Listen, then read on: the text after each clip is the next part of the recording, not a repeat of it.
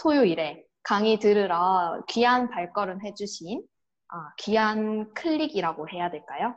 아니면 귀한 엄지 활동을 해주신 무엇으로 접속하셨든 정말 마음 내어서 이렇게 귀 기울이러 와주신 여러분 모두 모두 너무나 환영합니다. 네, 오늘 강의 제목이 뭐죠? 바로 환자혁명 뿌시기입니다. 저는 오늘 강의 제목이 아주 마음에 듭니다. 강사님이 지으셨을까요? 누가 지으셨을까요? 환자혁명 뿌시기. 오늘 정말 다 뿌셔볼 예정인데요. 오늘 강사님은 저에게 뉴스킨을 전달해주신 분이시고요.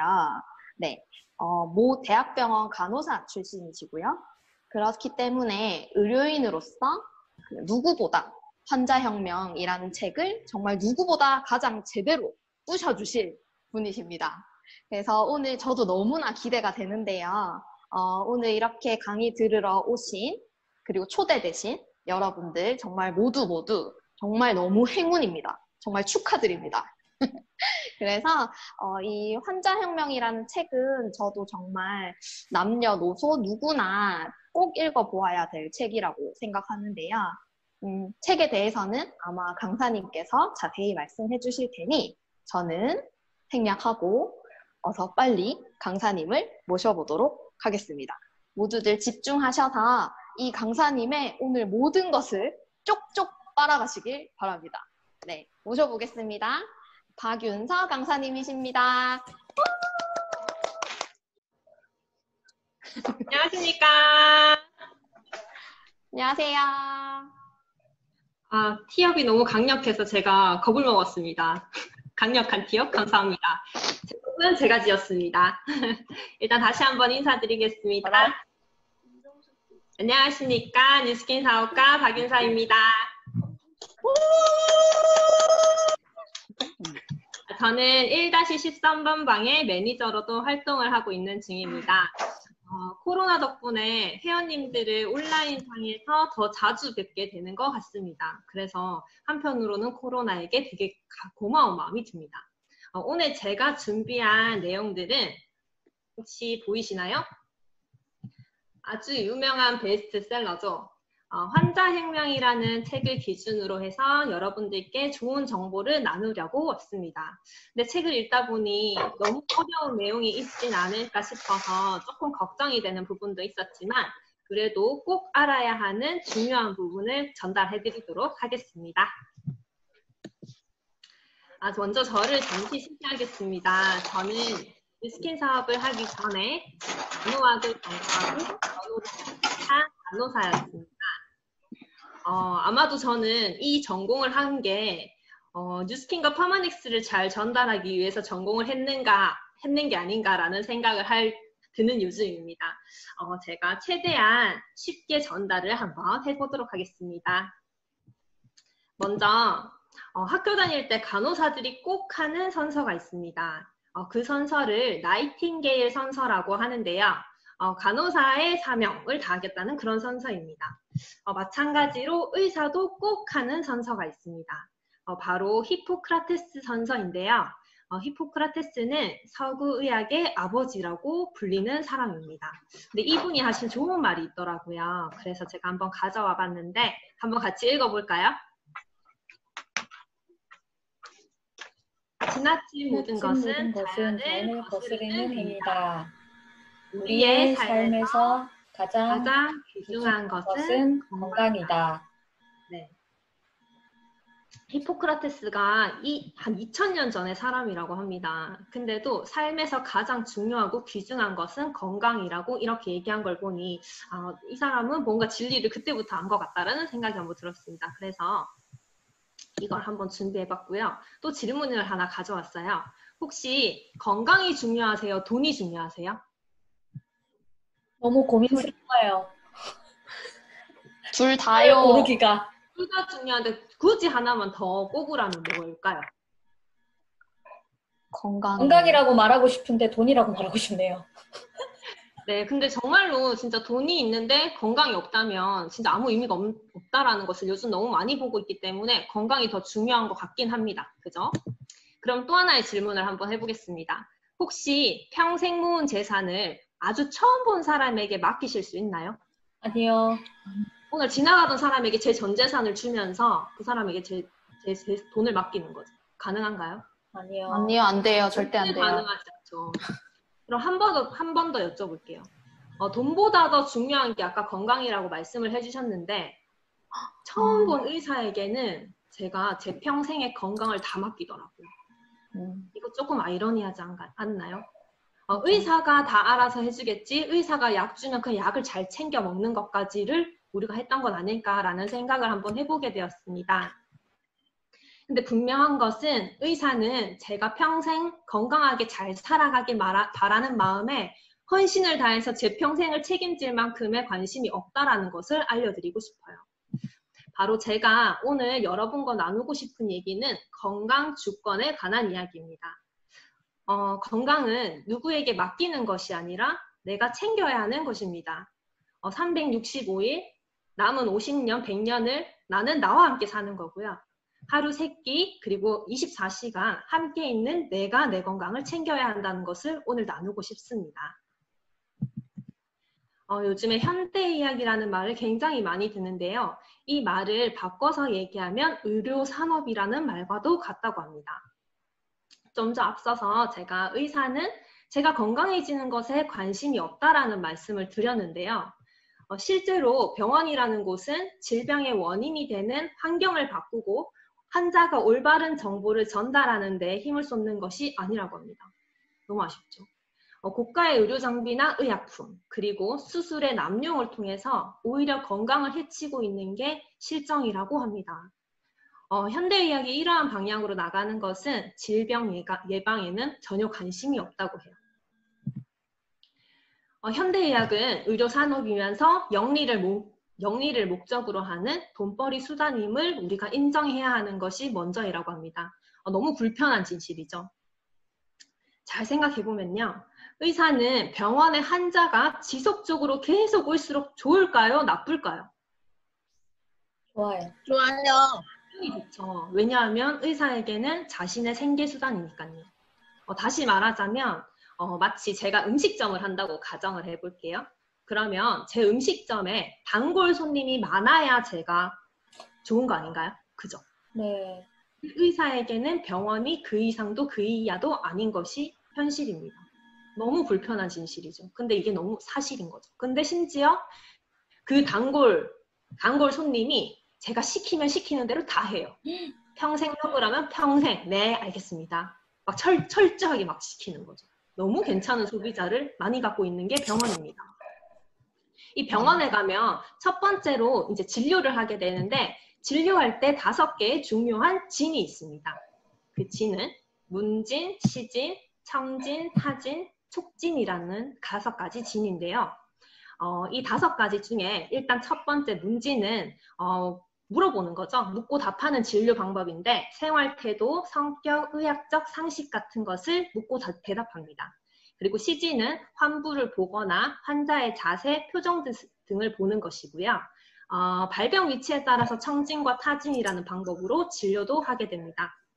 그리고 마지막 촉진은 맥박이나 종양의 크기 정도를 보는 것인데 이 중에 우리가 병원에 가면 언제나 누구나 처음으로 하는 진이 있어요. 그 5가지 중에. 뭘까요? 홍진이요. 제가 병원에 가는 상황을 한번 가정해 보겠습니다. 가면 바로 뭐 하죠? 이름 써요. 맞죠? 그 이름을 쓰는 것부터가 문진의 시작입니다. 제가 감기에 걸려서 병원에 가게 되면 인적사항을 쓰고 이름을 쓰고 주소를 쓰죠. 그리고 의사를 만나게 됩니다. 그러면 의사 선생님께서 저에게 언제부터 아팠니? 어디가 아프니? 생활 습관은 어떻니? 이런 것을 굉장히 많이 물어봐요. 그러면서 이 문진에서 가장 중요한 한 가지를 또 물어보게 됩니다. 바로 약물 이력입니다. 어떤 약 드셨어요? 이런 말 혹시 들어본 기억 나시나요? 네. 네. 이 약물 이력은 너무너무나 중요한 건데 저한테도 이 약물 이력이라는 것이 마음속으로 와닿았던 계기가 한 번 있었어요. 제가 그 간호학과를 나왔는데 간호학과 학생은 반드시 실습을 그 병원에서 해야 합니다. 그래서 저는 대학교 3학년 때 실습을 하러 영대병원 응급실에 갔어요. 그래서 응급실에서 이제 같이 선생님들과 근무를 하고 있는데 밤 되게 늦은 시간은 굉장히 이른 시간이었던 걸로 기억해요. 굉장히 젊고 날씬한 여자분이 쓰러져서 응급실에 실려온 거죠. 근데 그분은 뇌졸중이었어요. 심지어 26살의 아가씨였죠. 근데 이분을 우리가 알던 뇌졸중이라고 하기에는 기저질환도 없고 비만도 없고 너무 젊었기 때문에 원인도 없고 해서 의사들이 조금 아이러니해 했어요. 그러면서 그 사람의 차트를 막 보다가 모두들 라는 반응이 오는 때가 있었어요. 그게 바로 이분의 약물 이력이었습니다. 이분은 무슨 약을 먹고 있었어요. 그 약이 혹시 가늠이 되시려나 모르겠는데 이분은 8년간 경구 피임약을 드시던 분이었습니다. 근데 되게 이상했던 게 어떻게 그 약물 이력을 보고 의사들은 모두 한 8년 먹었으면 이럴 수 있지라는 반응을 한다는 것이 저는 너무너무 이상했어요. 그래서 저는 이런 생각을 했던 것 같습니다. 아니 분명히 나라에서 지정했고 우리가 약국 가면 너무 쉽게 살 수 있는데 저 약이 저 언니를 저렇게 만들었다고? 너무 이상했고 혼란스러웠던 날이 기억나요. 그래서 저는 그 어렸을 때부터 약이 저렇게 무서운 거일 수도 있겠구나라는 생각을 자연스럽게 하게 되었던 것 같습니다. 정말 충격이었어요. 그럼 약은 도대체 뭔지 제가 네이버에 찾아봤더니 약은 이익을 위해서 생리적 시스템 또는 질병 상태를 변화시키거나 검토하기 위해서 사용되는 모든 물질이라고 지정하고 있습니다. 그리고 맨 밑에 굉장히 중요한 얘기가 나와요. 혹시 밑에 의약품의 안정성과 유해 반응에 대한 지속적인 감시와 개선 노력이 필요합니다. 라는 거 보이시나요? 이게 의약품을 검색했는데 지식백과사전에 저 유해 반응이라는 말이 나온다는 거죠. 유해 반응 뭘까요? 봤더니 바로 우리가 너무나 쉽게 얘기하는 부작용이라는 뜻이었습니다.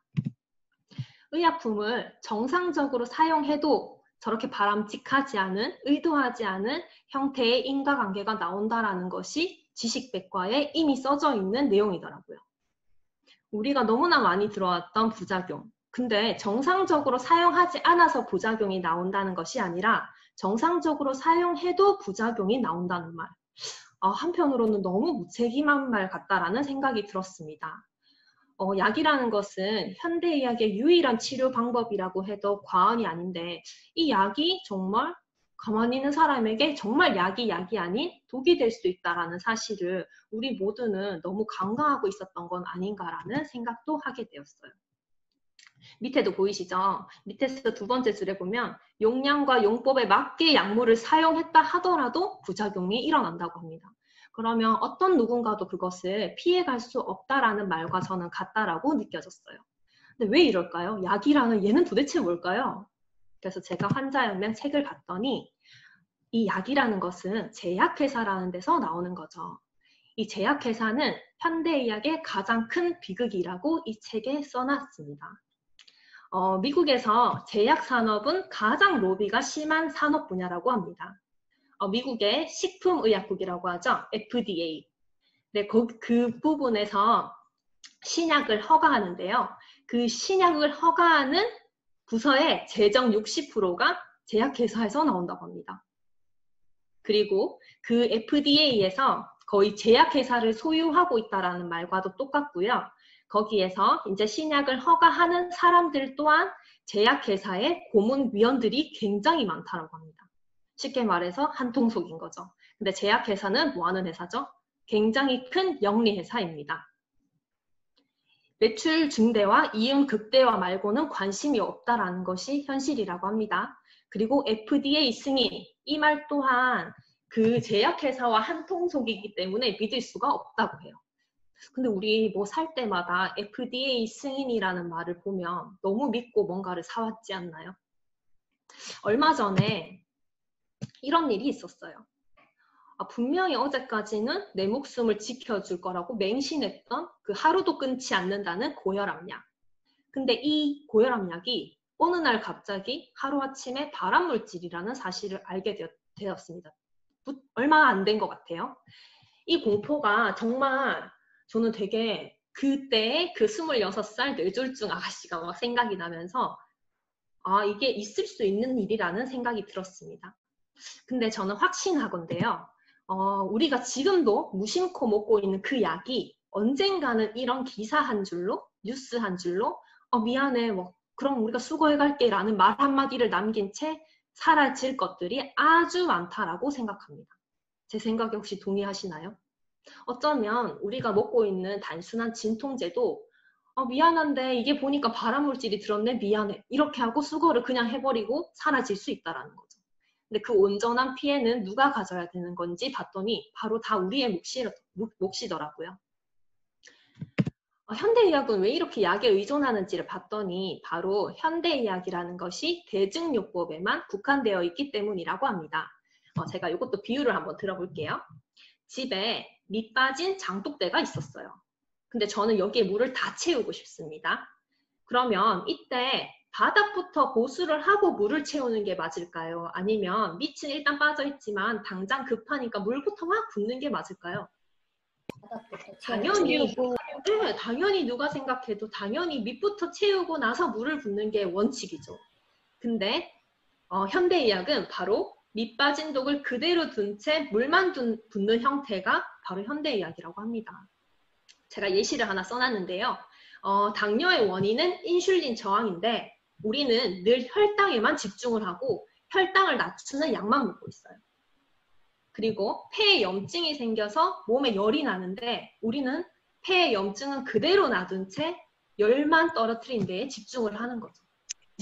이렇게 원인은 그대로 놔둔 채 증상만 완화하는 것이 대증요법이고 현대의학이라고 합니다. 그러면 이 원인을 해결하는 데는 반드시 우리가 비타민과 미네랄이 필요하다라는 것이 환자혁명 책에 나옵니다. 근데 왜 병원에서는 이걸 처방하지 않는지 봤더니, 왜 권고하지 않는지를 봤더니 아까 말씀드린 것처럼 제약회사에서는 약을 많이 판매하고 독점해야 돈을 버는 형태입니다. 근데 비타민과 미네랄은 자연물질이죠. 그래서 특허가 불가능해요. 쉽게 말해서 돈이 안 된다는 거죠. 그래서 돈이 안 되기 때문에 비타민과 미네랄에 대한 연구조차도 하지 않고 그냥 돈이 안 되기 때문에 팔지도 않고 권하지도 않는 거죠. 그래서 병원에서는 반드시 본인들이 제약회사에서 만들어서 특허를 걸고 제약회사에서 만든 의약품이어야지만 돈이 되기 때문에 우리에게 권하지 않는다라는 사실을 저도 이 책을 보고 알게 되었습니다. 그래서 이 책의 저자는 기능의학회라는 것을 만들었어요. 더 나빠질 것이 뻔하지만 당장 괜찮게 이제 느끼도록 하는 그런 대증요법이 아닌 음식, 수면, 스트레스 관리, 운동, 생활습관 교정과 같은 방법을 통해서 자연 치유 능력을 올려주는 기능의학회를 만들었다고 합니다. 혹시 음식을 잘 가려 먹었을 때 아토피가 덜해진다는 거 혹시 알고 계시나요? 그리고 잠을 잘 자면 왜 통증이 있다가도 다음날 좀 개운하게 일어나는 그런 느낌을 혹시 받아본 적이 있으신가요? 아마 이런 경험을 해보셨다면 우리가 병에 접근하는 태도도 조금 달라져야 한다는 것을 더 느낄 수 있을 것 같습니다. 이 기능의학회에서는 몸이 필요로 하는 것들을 채워주고 몸에 해가 되는 것들을 빼내는 그냥 자연 치유 능력을 올리라는 것에 집중을 하고 있습니다. 약이 아니라는 거죠. 그래서 건강을 결정짓는 5가지 요소가 있는데요. 바로 이 영양, 면역, 수면, 스트레스, 환경오염이 있습니다. 너무 당연하면서도 많이 들어본 것 같은데 이 부분들이 우리에게 어떤 영향을 미치는지 조금 더 자세하게 알아보도록 하겠습니다. 먼저 첫 번째 부분, 영양 부분인데요. 비타민과 처방약에 대한 내용이 이제 들어가 있어요. 의약품과 보충제의 근본적인 차이는 처방약 같은 경우에는 뭔가를 억지로 차단하고 억제하는 원리를 가지고 있고요. 비타민은 뭔가 내가 역할을 더 잘할 수 있게 촉진하고 응원하는 역할을 가지고 있습니다. 그리고 두 가지는 안정성이 굉장히 많이 차이가 납니다. 제가 예시를 또 써놨어요.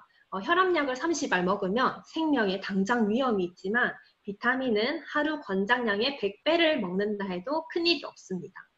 이거 너무 와닿는 예시인 것 같아요.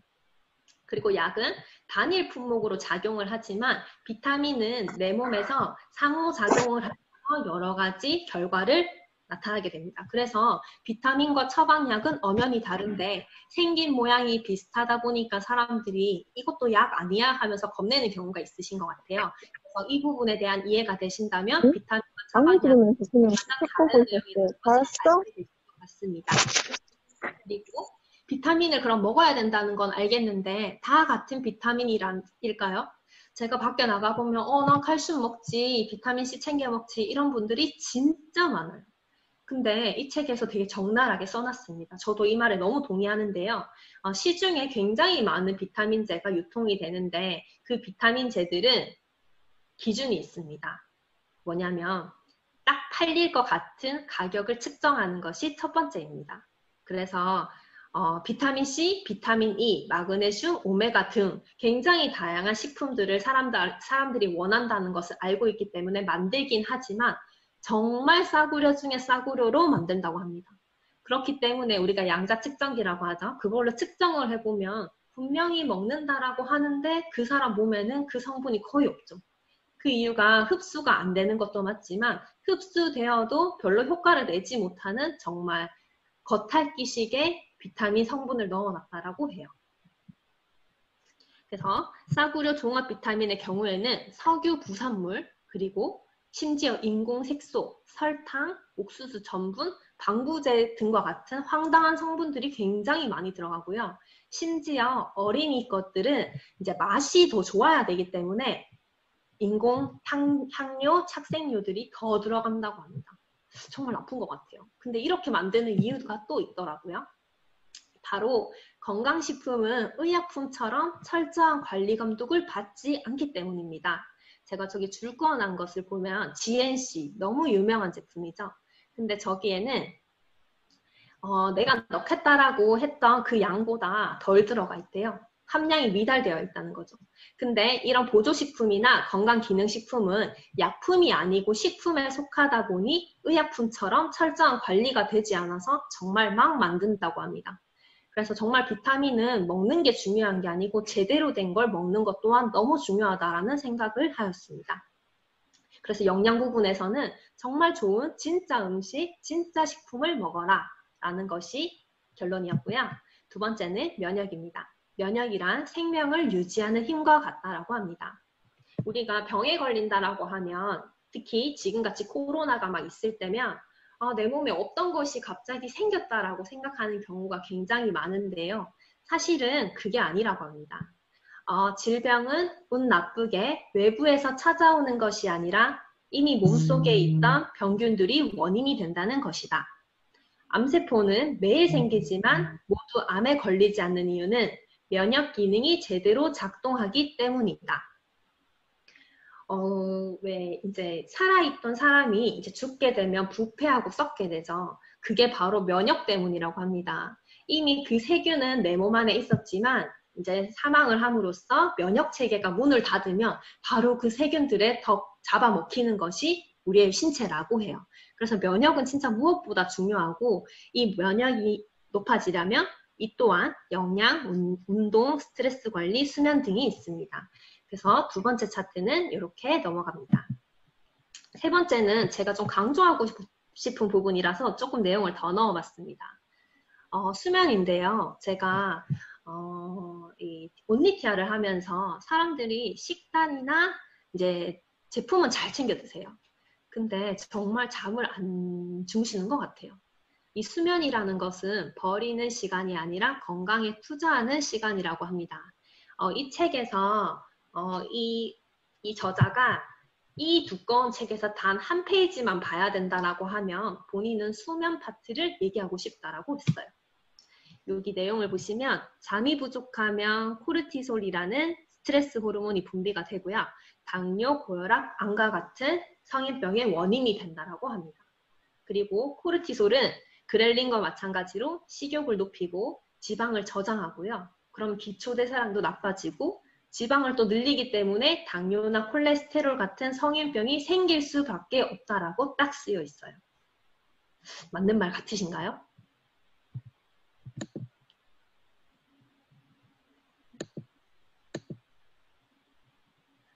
그리고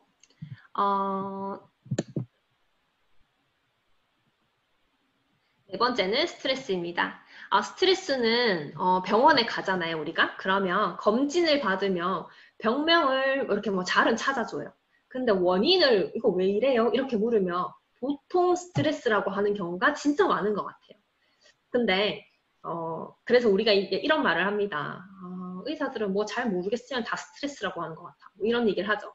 근데 정말 의사가 진짜 원인을 몰라서 스트레스라고 둘러댔다고 하더라도 의사의 이 말이 맞을 확률이 매우 높다라고 합니다. 스트레스는 거의 몸을 지배하는 수준이라고 해도 과언이 아니라고 해요. 만성적인 스트레스는 우리 몸의 고혈압, 당뇨, 만성질환, 암, 모든 면역력을 무너뜨리는 첫 번째 원인이기도 하고요.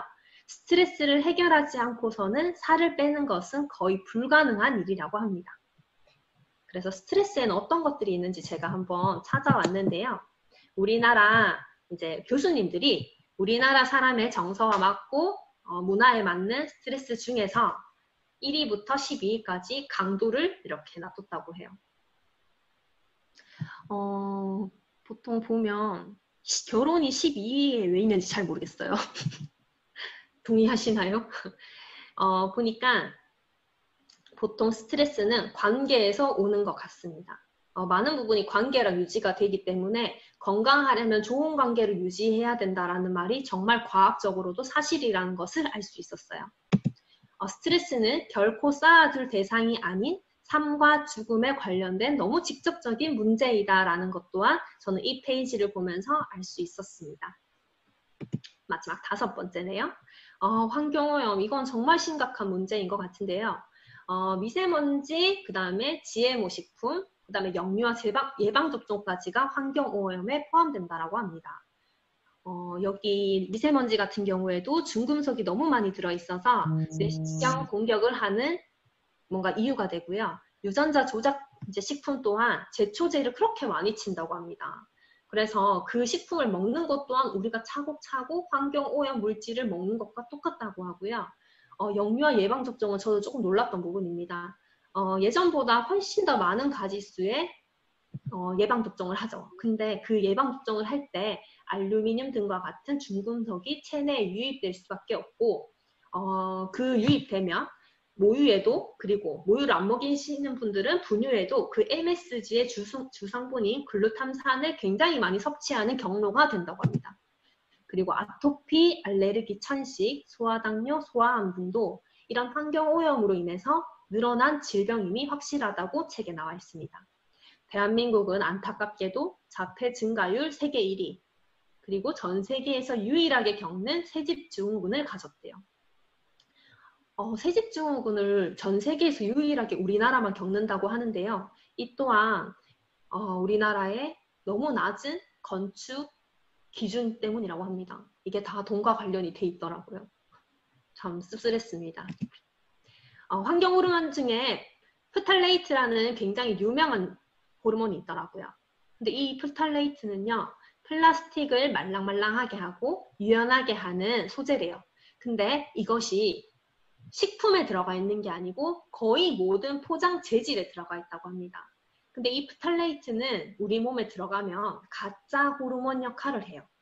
그래서 가짜 호르몬 역할을 하니까 얘가 독소로 인지해서 우리 몸에서 체지방으로 독소를 감싸 폐에 저장을 하게 되고, 가짜 호르몬이다 보니 내 몸에 호르몬 불균형을 일으켜서 불임을 일으킨다고 합니다. 그리고 남성에게도 가짜 호르몬의 역할을 해서 정자수 또한 감소시키죠. 그리고 책에 나온 더 중요한 부분이 있어서 제가 발췌를 한번 해왔는데요. 가장 심각한 것은 스티로폼 컵이다.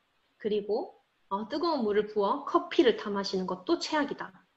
컵라면도 마찬가지다. 그 밖에도 카페, 샴푸, 비누, 화장품, 면도젤, 헤어젤, 네일 폴리셔, 매트리스, 벽지, PVC, 장판, 장난감, 가구 접착제 등 정말 너무 많고 광범위해서 피할 길이 없고 이거를 어떻게든지 독소를 배출하는 방법밖에는 현대에서는 없다라고 합니다. 근데 제가 이거를 가만히 보면서 저는 또 한 번 뉴스킨과 파마넥스에 너무 감사하게 됐던 계기였던 것 같아요. 이 환경오염을 일으키는 우리가 피할 수 없는 것들, 이게 다 뉴스킨으로 대체할 수 있다라는 생각에 너무너무 감사했습니다. 방금 이제 5가지를 한번 알아봤는데요. 영양, 면역, 수면, 스트레스, 환경오염. 이 부분들이 만약에 너무 지켜져야 되고 지켜지면 좋지만 만약에 이것들이 잘 지켜지지 않아서 무너진다면 바로 이런 것들이 일어난다고 합니다. 이것들은 우리 몸에 일어나는 이상 반응인데요.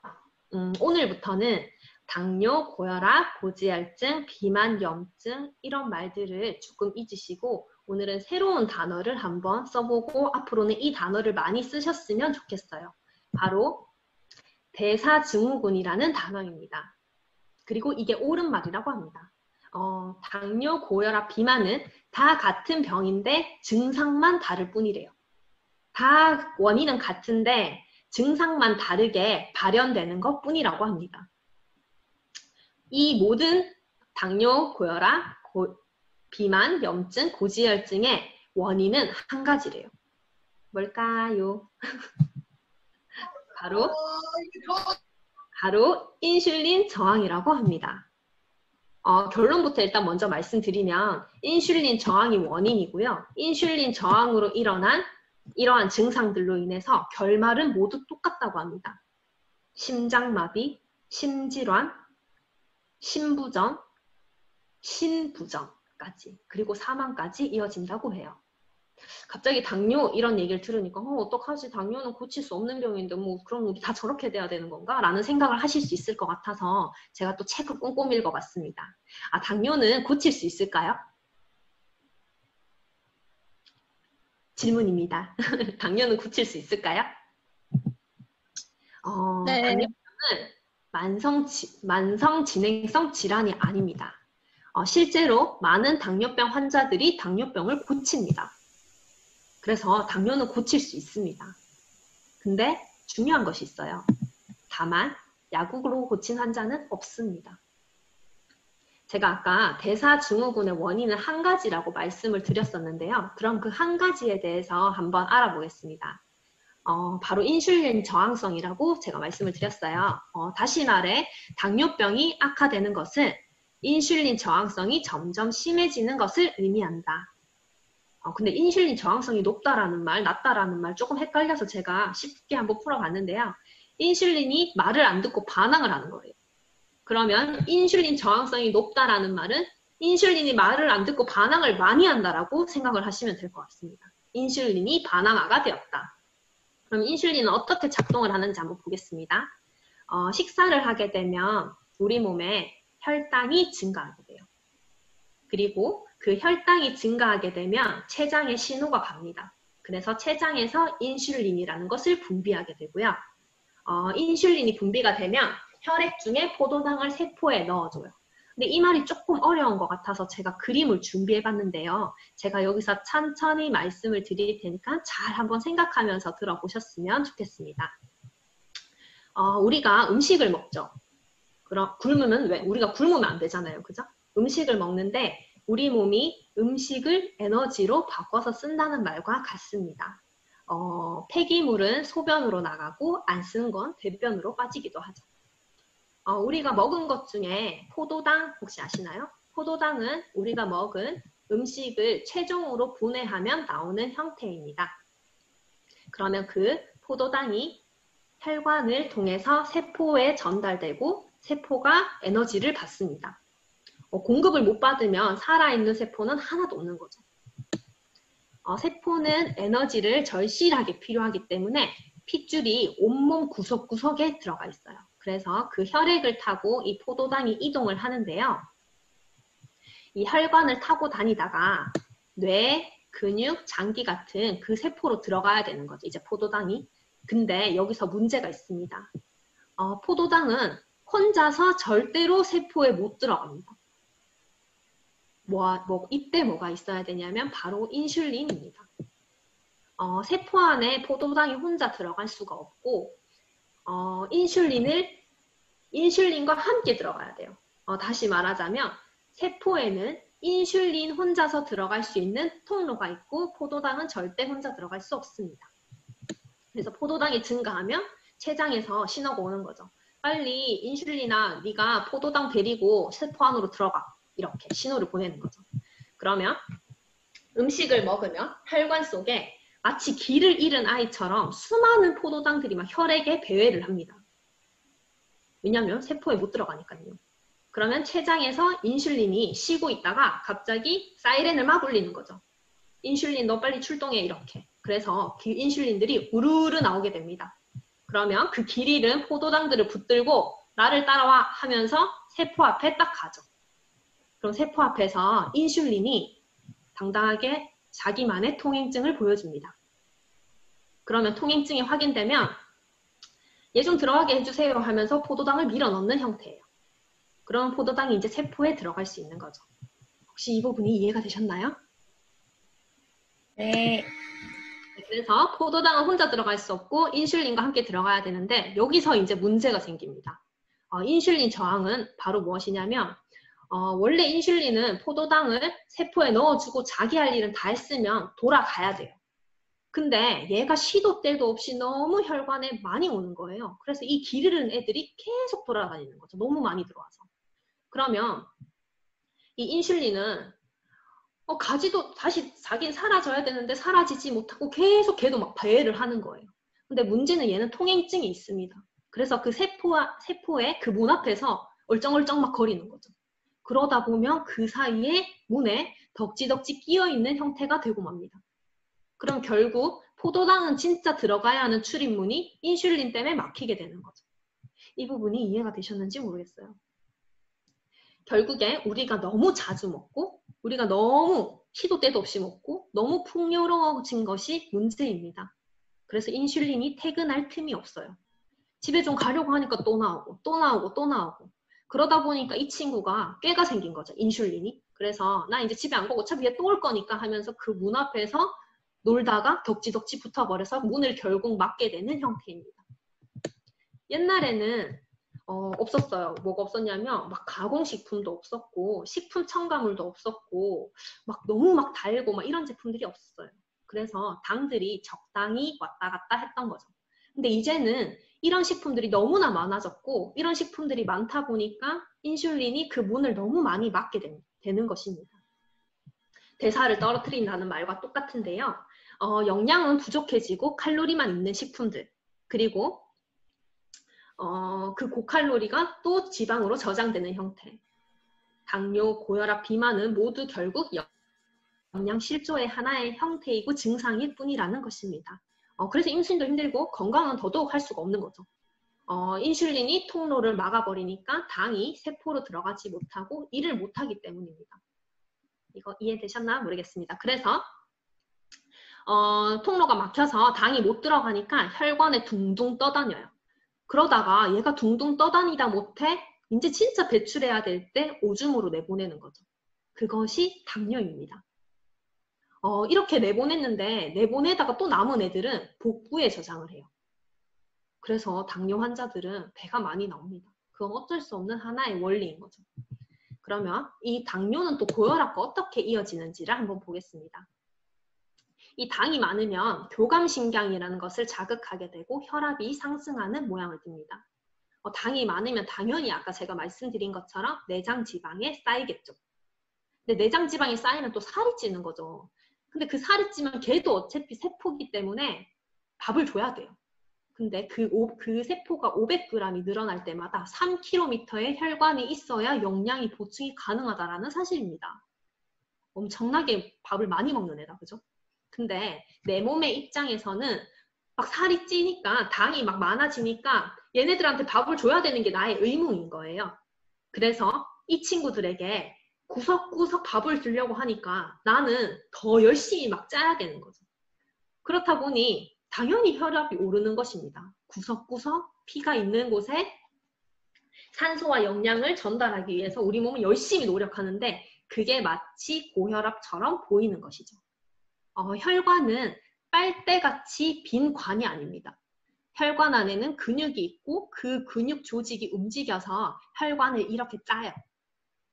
근데 만약에 영양 상태가 좋지 않다면, 당뇨는 당연히 영양 상태가 좋지 않다, 그죠? 아까 말씀드린 것처럼 세포 안에 영양이 들어가지 않았으니까요.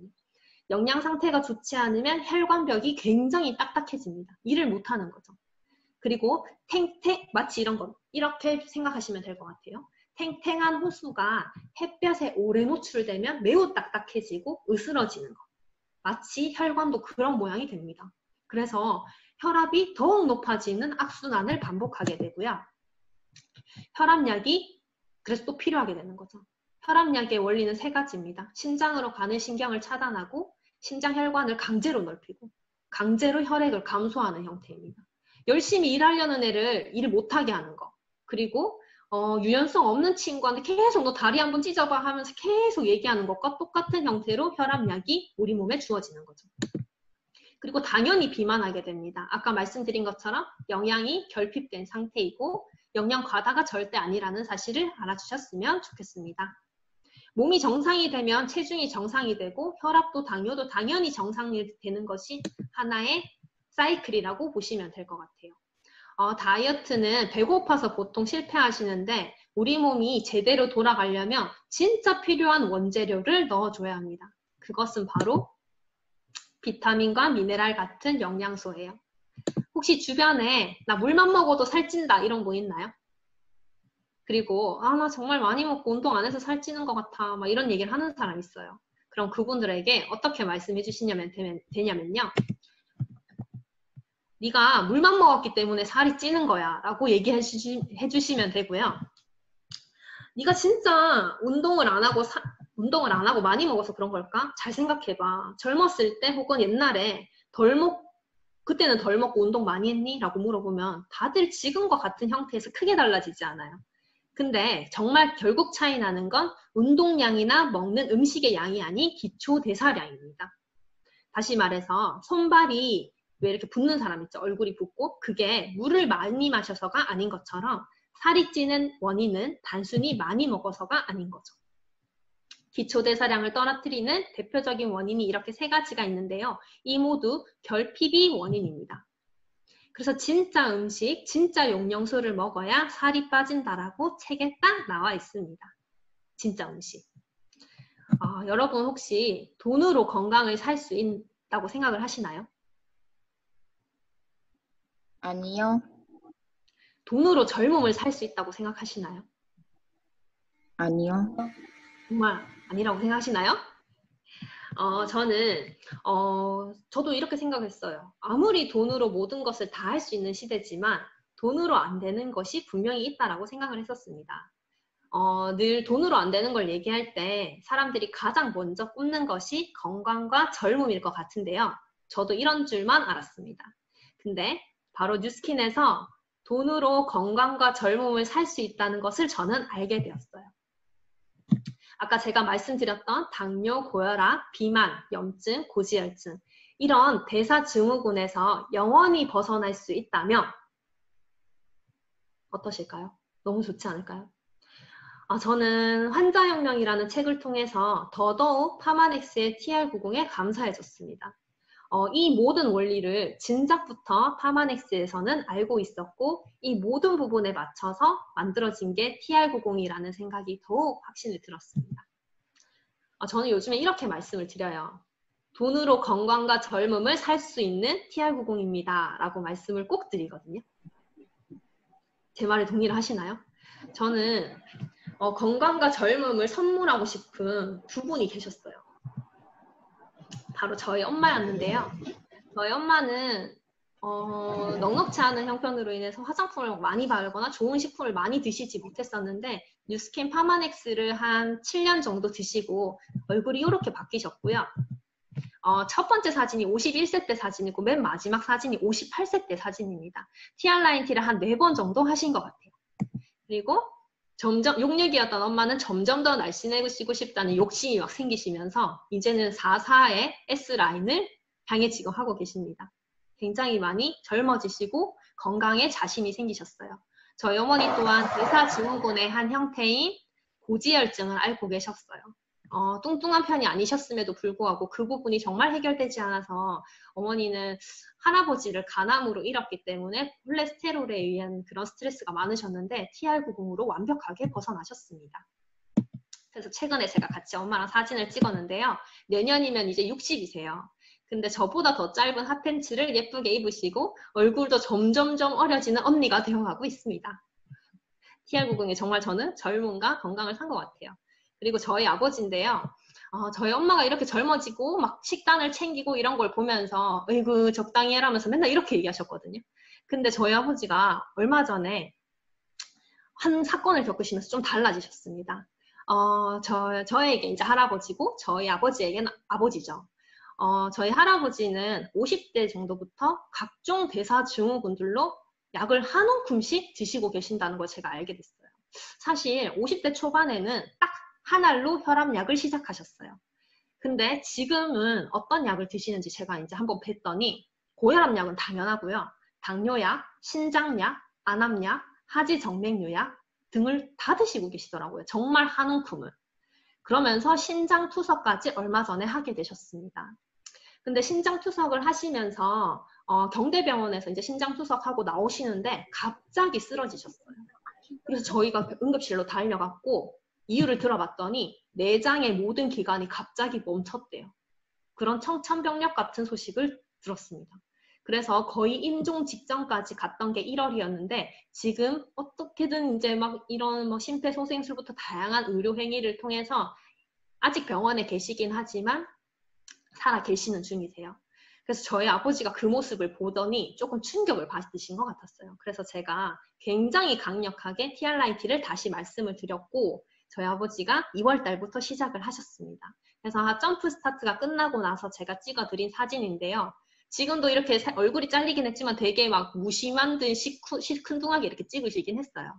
근데 요즘에 저한테 뭐라고 말씀드리냐면 저희 아빠가 고맙다는 말을 잘 안 하시는 분인데 요즘에 저한테 딸 덕분에 내가 정말 건강에 자신을 얻었고 정말 내가 자신이 있다라는 얘기를 하십니다. 누구보다도 지금 TR90을 철저하게 드시고 있고요. 남은 인생을 건강 걱정 안 해도 될 것 같다라고 이렇게 말씀을 해주세요. 그래서 저한테는 TR90이 정말 너무 감사한 제품입니다. 그리고 또 하나의 비밀이 있다는 것을 알게 되었습니다. 제가 사진을 하나 보여드릴 텐데요. 흑연과 다이아몬드는 공통점이 있습니다. 바로 흑연과 다이아몬드는 같은 성분으로 이루어져 있대요. 탄소라는 성분. 근데 이 두 가지가 결합 구조만이 다를 뿐이라고 합니다. 쉽게 말해서 탄소를 어떻게 활용했는지에 따라서 결과가 너무너무 달라졌다라는 얘기인 거죠. 저는 TRIT가 단순히 제품이 아니고 내 인생을 흑연에서 다이아몬드로 바꿔줄 수 있는 재료가 될 수 있겠다라는 생각까지도 하게 되었습니다. 사실 오늘은 책을 가지고 얘기하는 날이라서 제가 더 많은 이야기를 하지 못하는 것이 조금 아쉽기는 한데요. TR90을 흑연 정도까지로 쓰실 건지 TR90을 정말 흑연에서 다이아몬드로까지 쓰실 건지 한번 이 자리에 초대해 주신 분께 이게 무슨 말이야 여쭤보셨으면 좋겠습니다. 저는 TRIT로 제 인생을 반짝반짝 다이아몬드로 만들기로 결정한 사람입니다. 그러면 저 같은 결정을 한 분들은 어떻게 하시면 되냐면요. 굉장히 간단해요. 딱 두 가지입니다. 지금처럼 TR90을 열심히 드시면 되고요. 그리고 초대해 주신 분과 조금씩의 공부를 시작하시면 돼요. 근데 그 공부가 굉장히 어려운 그런 게 아니고 정말 조그만 책을 한 권 읽는 것부터 시작입니다. 그렇게 한다면 흑연에서 다이아몬드가 되는 방법을 반드시 알고 기회를 잡으실 수 있을 거라고 생각합니다. 오늘 제가 준비한 것은 이까지인데요.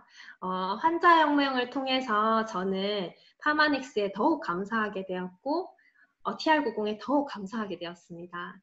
다음에 기회가 되신다면 꼭 이 책을 한번 읽어보셨으면 좋겠다라는 생각이 들고요. 네, 오늘 정말 많은 분들이 이렇게 같이 해주셨는데 너무너무 감사드리고요. 다음에 혹시 또 기회가 있다면 더 좋은 정보로 더 준비해서 여러분과 만나 뵙도록 하겠습니다. 너무 감사합니다.